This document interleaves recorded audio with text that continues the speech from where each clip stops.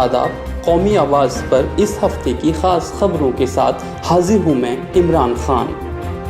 اس ہفتے امریکی صدر ڈونلڈ ٹرمپ نے ایران سے طے شدہ جوہری سمجھوتے سے دستبردار ہونے کا اعلان کر دیا۔ ٹرمپ نے اپنے خطاب میں کہا، امریکہ محض خالی خولی دھمکیاں نہیں دیتا اور نہ جوہری سمجھوتا امریکہ اور اس کے اتحادیوں کے تحفظ کے لیے کیا گیا تھا، لیکن ایران نے یورینیم کو افزودہ کرنے کا سلسلہ جاری رکھا ہے۔ اگر امریکہ اس سمجھوتے سے دستبردار نہیں ہوتا تو مشرق وسطیٰ کے خطے میں جوہری ہتھیاروں کی دوڑ شروع ہو جاتی۔ ایران نے اپنے سخت رد عمل میں کہا کہ امریکہ کو اس فیصلے کے لیے پچھتانا پڑے گا۔ کرناٹک اسمبلی انتخابات میں جیت کو یقینی بنانے کے لیے کانگریس اور بی جے پی نے ایڑی چوٹی کا زور لگا دیا۔ ووٹنگ کے بعد دونوں سیاسی پارٹیوں کے حامیوں کو اپنی جیت کی پوری امید ہے۔ نتائج 15 مئی کو آنے ہیں۔ کرناٹک اسمبلی انتخابات اپنے اوقات کو لے کر انتہائی اہم ہیں، کیونکہ ملک میں اس کے بعد پہلے 3 ریاستوں میں اور پھر عام انتخابات بھی ہوں گے۔ کرناٹک چناؤ کی تشہیر کاری کے دوران وزیر اعظم مودی نے تقریباً 21 ریلیاں کی، وہیں کانگریس کے صدر راہل گاندھی نے 9 بار کرناٹک کا دورہ کیا۔ علاوہ ازیں کانگریس کی سابق صدر سونیا گاندھی نے بھی چناوی جلسہ عام سے خطاب کیا۔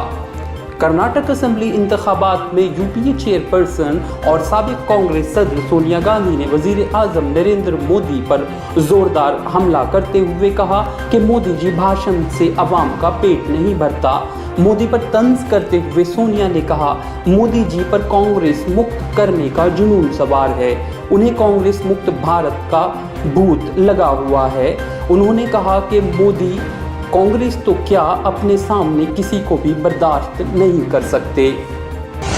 ممبئی پولیس کے سینئر افسر اور دبنگ additional general of police Himanshu Rai نے خودکشی کر لی۔ 1988 بیچ کے آئی پی ایس افسر ہمانشو رائے کی پہچان ایک دبنگ پولیس افسر کی تھی اور وہ کینسر کے مرض میں مبتلا تھے، اس کے لیے وہ دوائی بھی لیتے تھے۔ خبروں کے مطابق ATS چیف رہ چکے ہمانشو رائے نے اپریل 2016 سے صحت کی بنیاد پر چھٹی لے رکھی تھی۔ چیف جسٹس دیپک مشرا کے خلاف مواخذہ کا معاملہ سپریم کورٹ پہنچا، مگر اگلے ہی دن اس وقت ختم ہو گیا جب درخواست گزاروں نے اپنی عرضی اس لیے واپس لے لی کیونکہ وہ دیپک مشرا کی طے کردہ بینچ سے ناخوش تھے۔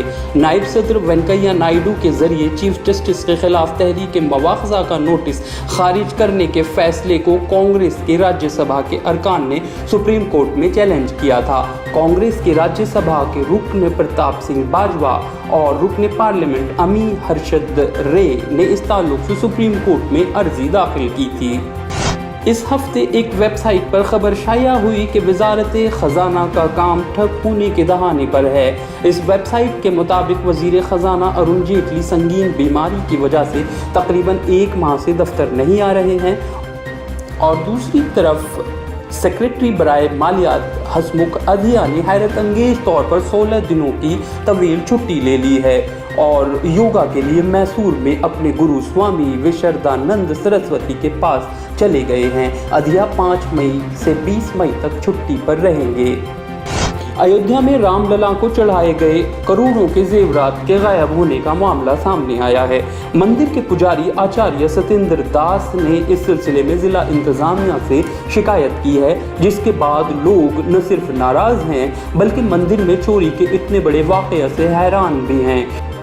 اس چوری اور گھوٹالے کے لیے پجاری آچاریہ ستیندر داس نے مندر میں چڑھائے جانے والے چڑھاووں کے ریسیور ڈویژنل آفس میں تعینات افسر بسنت لال موریہ کو ذمہ دار ٹھہرایا ہے۔ ان کا کہنا ہے کہ سال 2000 کے بعد رام للا پر چڑھنے والے کروڑوں روپے کے زیورات کا رجسٹر میں کوئی تذکرہ ہی نہیں ہے۔ آج نماز کا خیر و عافیت سے ادا ہونا بھی ایک خبر ہے۔